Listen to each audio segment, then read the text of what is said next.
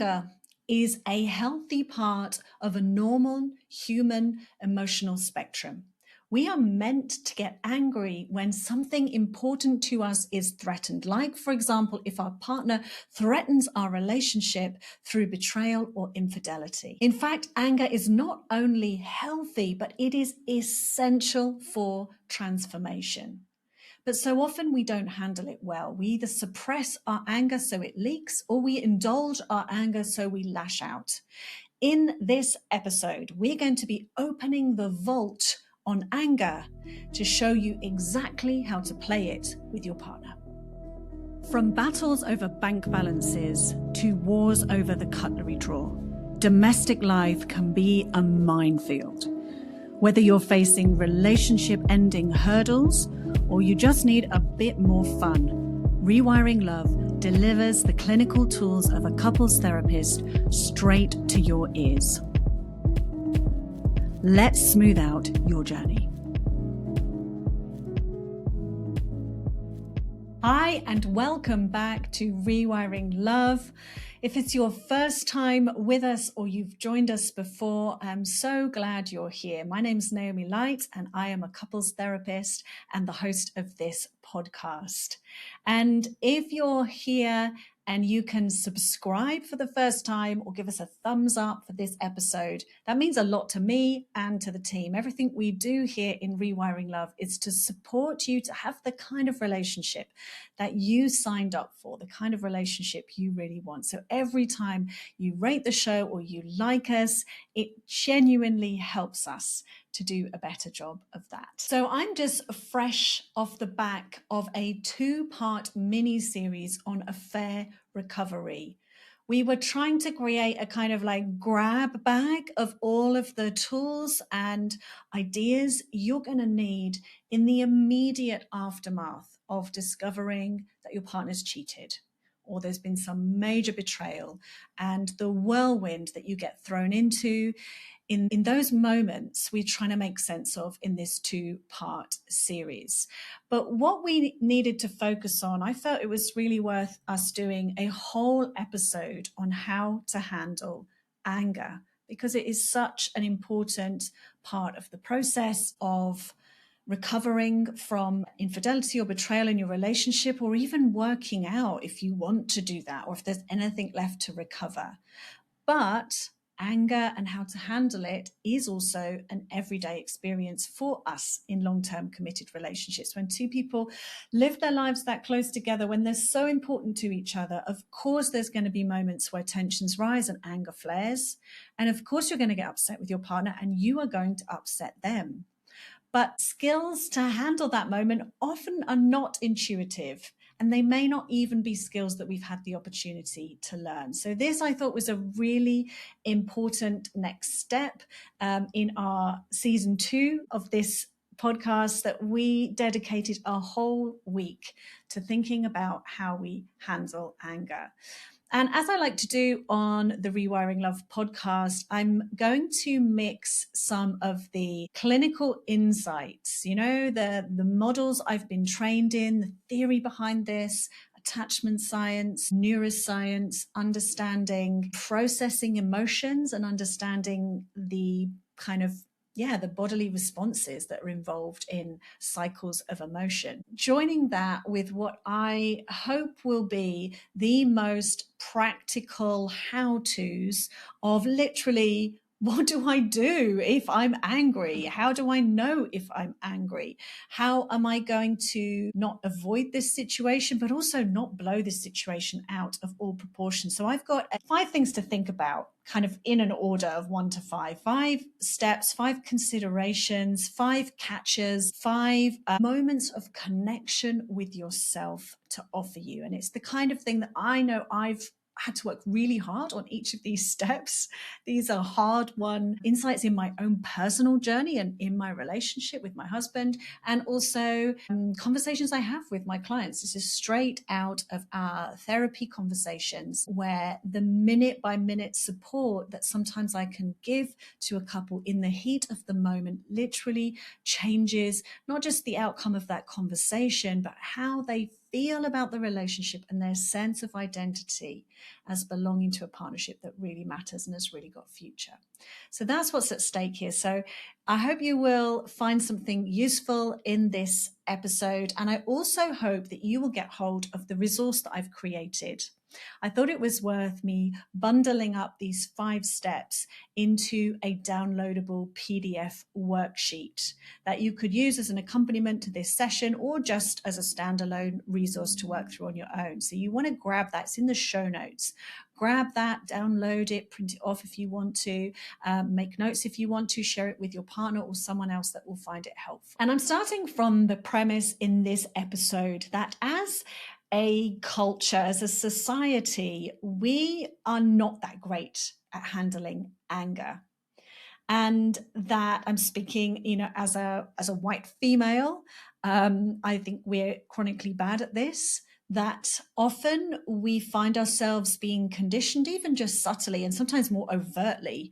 I was raised in a household that was quite religious and where anger really wasn't modeled. And my interpretation was that anger was wrong.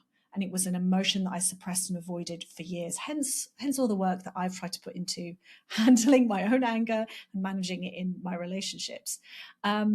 And I think that there is a whole spectrum of suppressing anger that is commonplace in our society, stiff upper lip, biting your tongue, holding it in and keeping the peace, looking after people. But then also I think there's a whole kind of swathes of people who may have had cultural experiences that aggrandize or glorify anger and have seen it modeled in a way that was destructive, but was also kind of like elevated or seen to be socially acceptable. And like things like, video game violence. So I'm thinking of kind of football hooliganism or just ways that people can be treated by others. And it's really socially laden with meaning for us all the time, especially when we're young. And so I kind of come at this podcast episode with the assumption, because I know it's true for me, that there's some unlearning I need to do. And there's actually some basic permissioning of myself to be an angry person at times that I think we need, and that it's such a powerful resource for us that it really deserves us to think again and to be brave and courageous about redefining what emotions are for us and what they mean for us, especially in relationships. And it's a common understanding that emotions in our body, their job is messengers. That we have emotions because we're trying to predict and ready ourselves to be able to respond to life. And emotions are often based on our templates from previous experiences and memories. The more significant the things that happen to us, whether positively or negatively, the more impactful those will be in our mind and in our memory. And when an emotion comes up in our body, whether that's relaxation or fear or excitement or rage, that it's our brain's best way of saying, okay, this is what I think you need. This is how to handle this. This is a way to show up in this situation. And literally the emotions that we feel are chemical markers in the body that are there to prepare us. And when it comes to anger, anger is a marker of boundary violation. So that means we feel anger when something important to us has been threatened, when our reputation's been challenged, when maybe a possession has been damaged or stolen, when an important principle that we hold dear or a value that we have has been denigrated or trampled on, when something that is of worth to us is threatened, then anger rises up in us as part of our fight-flight response in order to help us to deal with the situation and to preserve and protect our own lives and things around us that really matter to us. That's the purpose of anger in our bodies. And when it comes to relationships, the goal is not some kind of performative, artificial calm where, we never ruffle anyone's feathers and nobody ever gets hurt. It's actually, the goal is to be fully ourselves while staying connected to another human being, and being able to be fully expressed whilst also be fully accepting of the other person. And so anger is going to be so important in that dance that we do with each other to help us alert us and also our partner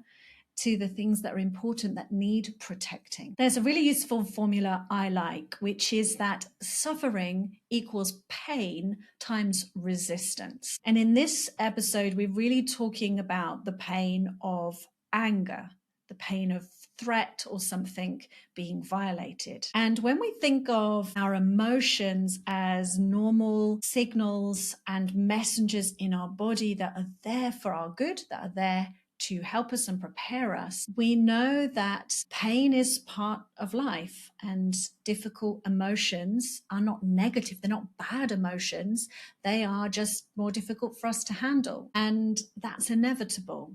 Suffering comes when we resist the pain, when we say, oh, no, I shouldn't feel that, or you shouldn't be like that, or, well, that must mean you don't love me. How dare you? I feel so insulted. When we add to the primary emotion, in this case, anger, when we add to it our resistance, when we either block it or we amplify it, both of which are resistance, we're resisting actually really feeling it and letting ourselves understand what's behind that message, then we create suffering. The problems really start when we are in our own way to allow emotions to move through us and then move into our lives. When we block them or we resist them, that's when anger can become a force that's no longer helpful and constructive, but can be destructive to ourselves and to our relationships. And I've mentioned that I think there's two ways of resisting anger. And one is to block and the other one is to amplify. So blocking anger would be to bottle it up,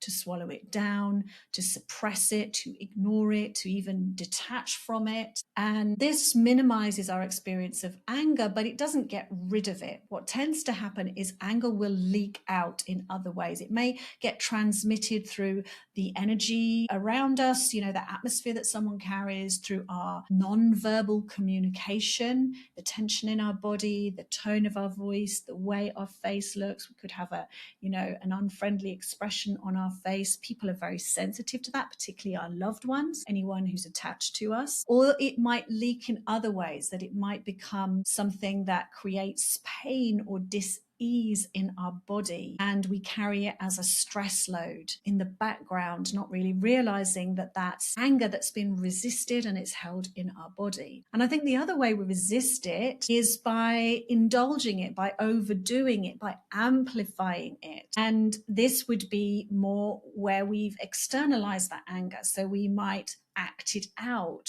or weaponize it and use it against our partner. We might use our anger as an excuse for criticism, contempt, saying mean things, just, being an arse. We've all got it within our capacity to be an arse.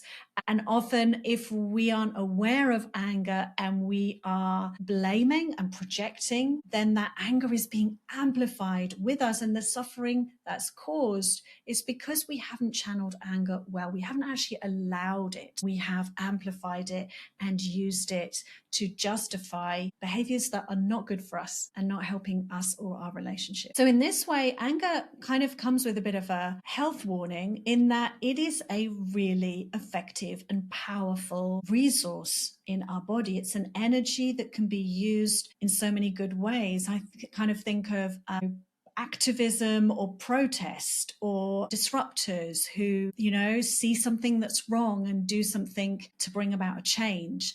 That often they're motivated by anger, by something valuable being threatened. And I think it can be such a powerful force for good. And that same energy translated well in our relationship can alert us to the changes we need to make to protect what needs protecting. And when it comes to amplifying our anger, if that maybe has been what you've had modeled to you, or it just is, your attachment style. You go, I like to call it a wave based on Stan Tatkin and Pact ideas about attachment systems. Often we overly rely on the externalizing of our emotions if we are in insecure wave-like behavior. I've done a whole episode on this about islands and waves, so do pick up on that if it would be helpful to understand more about attachment patterns.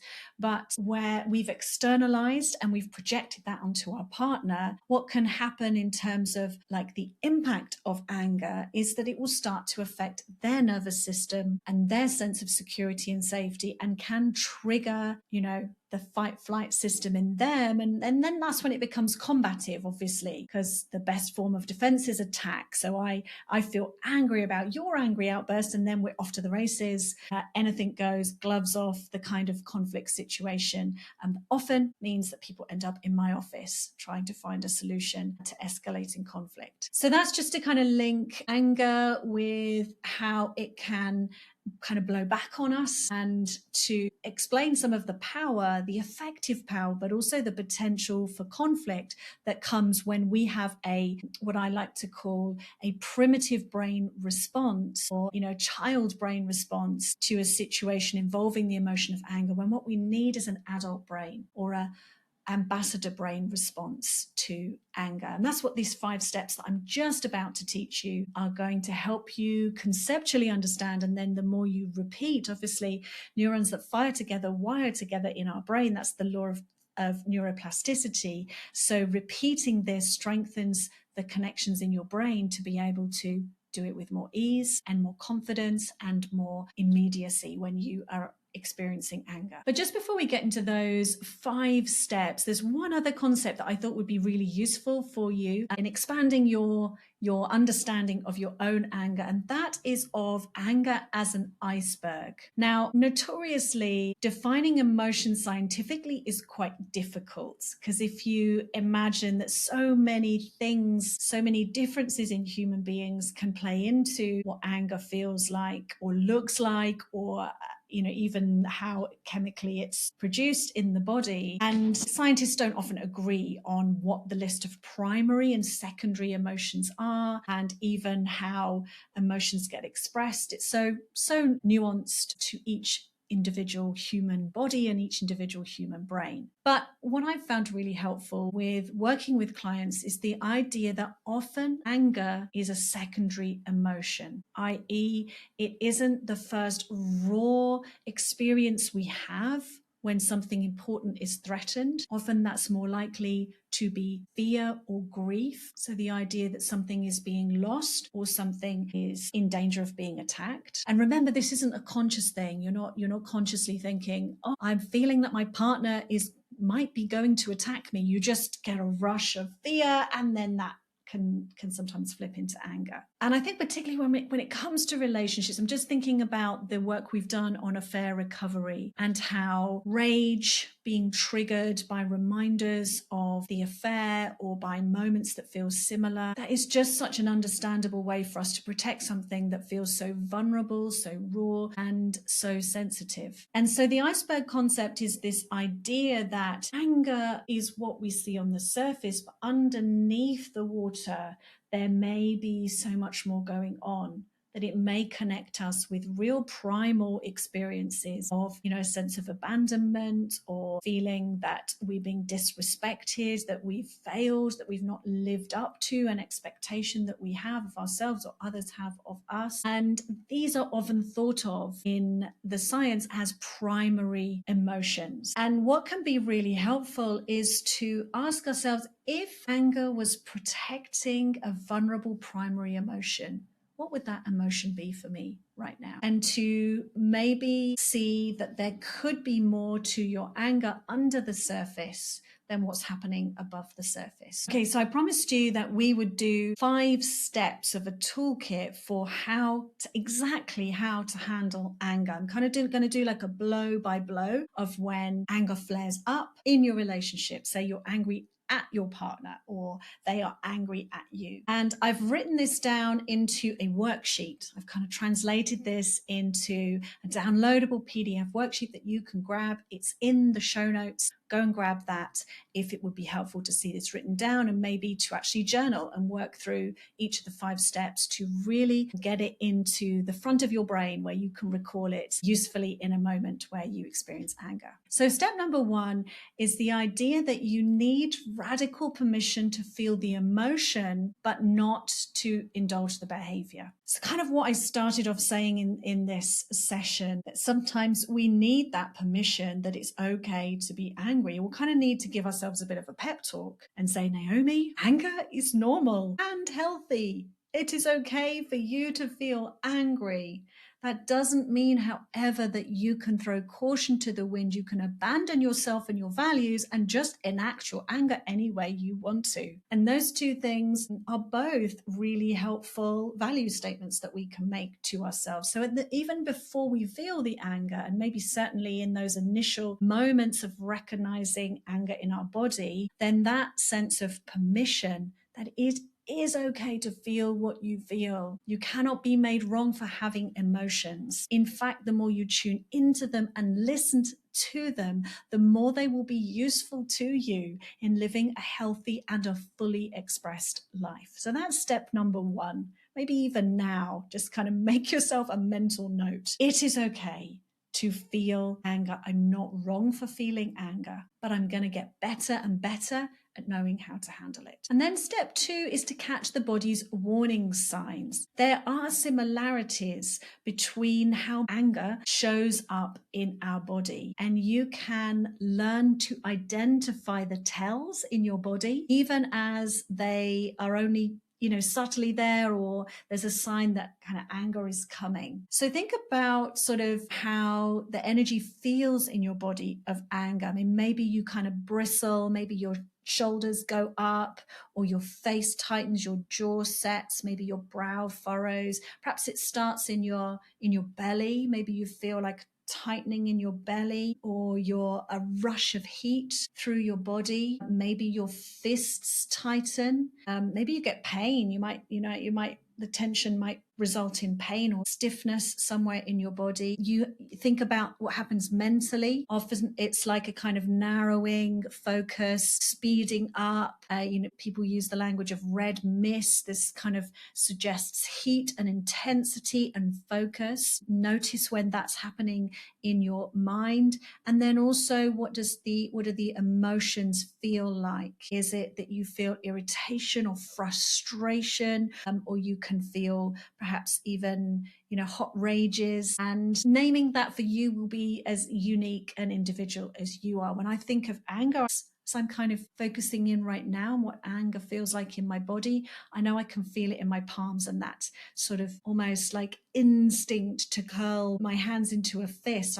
I often feel it there first. So it'll be different for you. And just even now visualizing that, tuning into it in your body, even if you're not feeling angry, tuning into what that's like in your body will give you some language and a few indicators of how you can spot it in your body. So that's step number 2.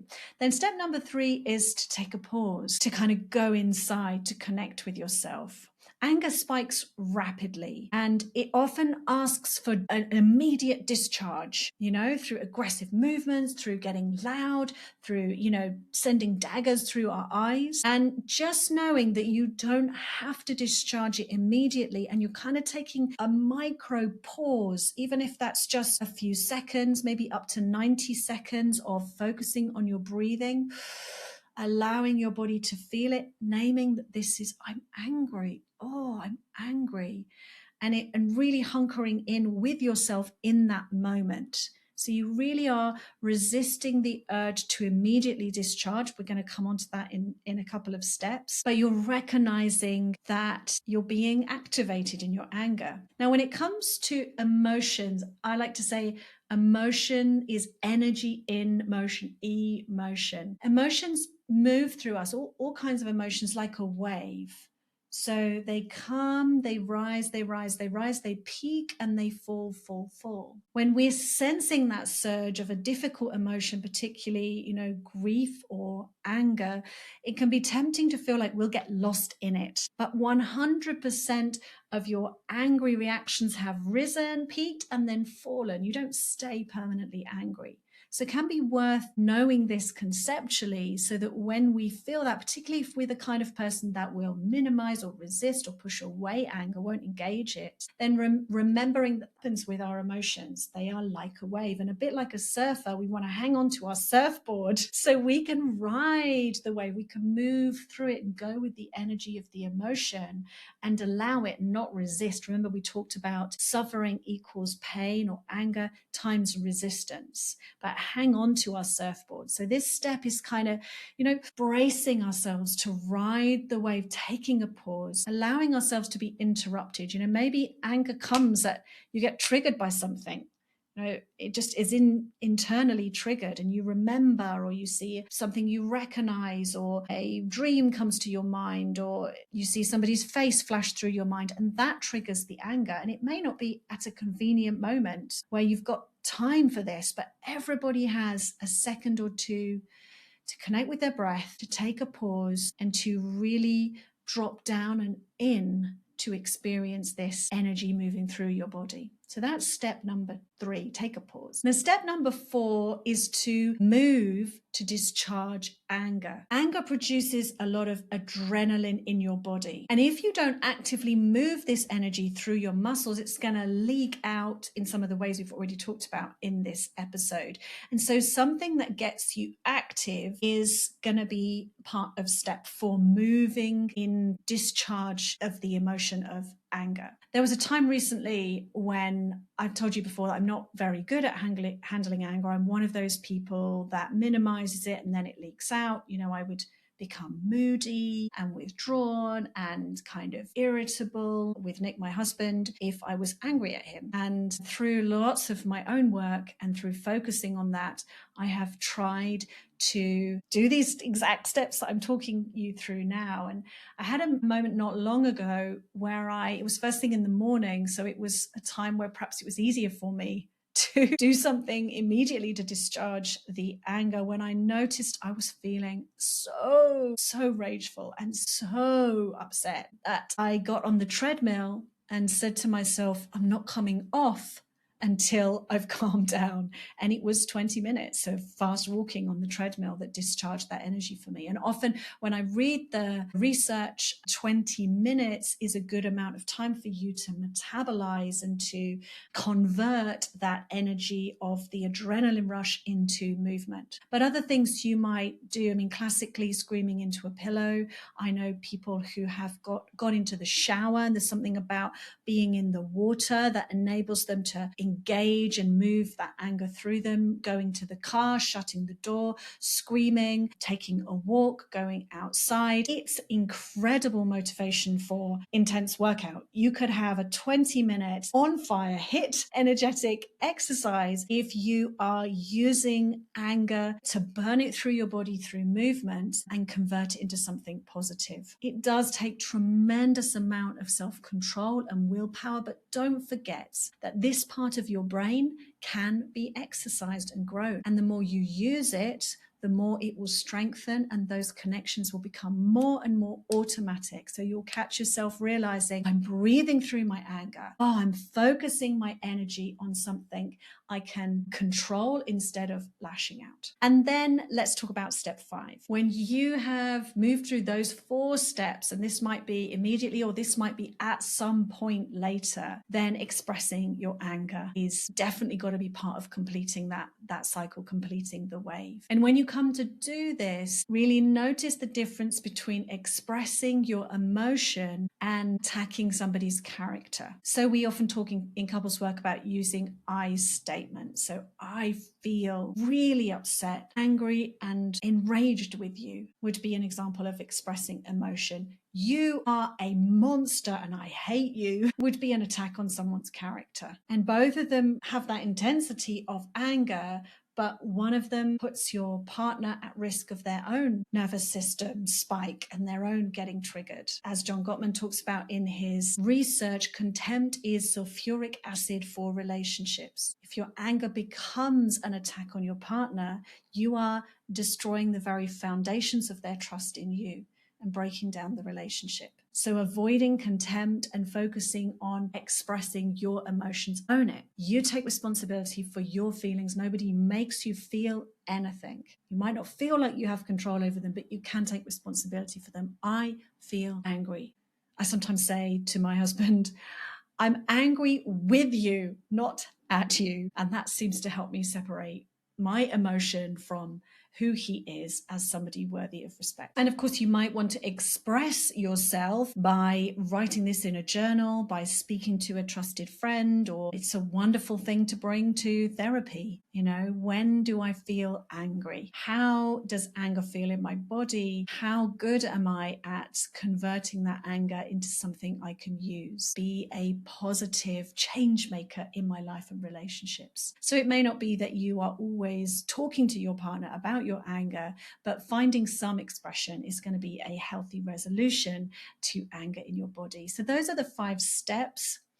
I hope there was something in there that you could use. Remember, every different person is going to have a different way of feeling and then metabolizing anger in their body. And I just want you to underscore this is about you learning yourself. Because the more you are able to be connected to yourself, the more you're a good partner to yourself, the more you can understand and invite your spouse or your partner to love you really well and stay connected to you, even when you have moments that are challenging or difficult or involve intense emotions like anger. So we're going to leave this episode here. We're going to wrap up, reminding ourselves that the goal is not to skate across life, never feeling irritated with each other. The goal, of course, is to be fully expressed and to find ways to stay with ourselves and to use our anger as a driving force for change and a catalyst for understanding ourselves better. I'd love to hear your thoughts or responses to this session episode of the podcast. You can email me at team@Naomi Light and maybe send me topics or questions. Maybe something that you ask me on email could be the subject for a future episode of Rewiring Love. But until I see you next time, take care of yourselves and each other. Bye.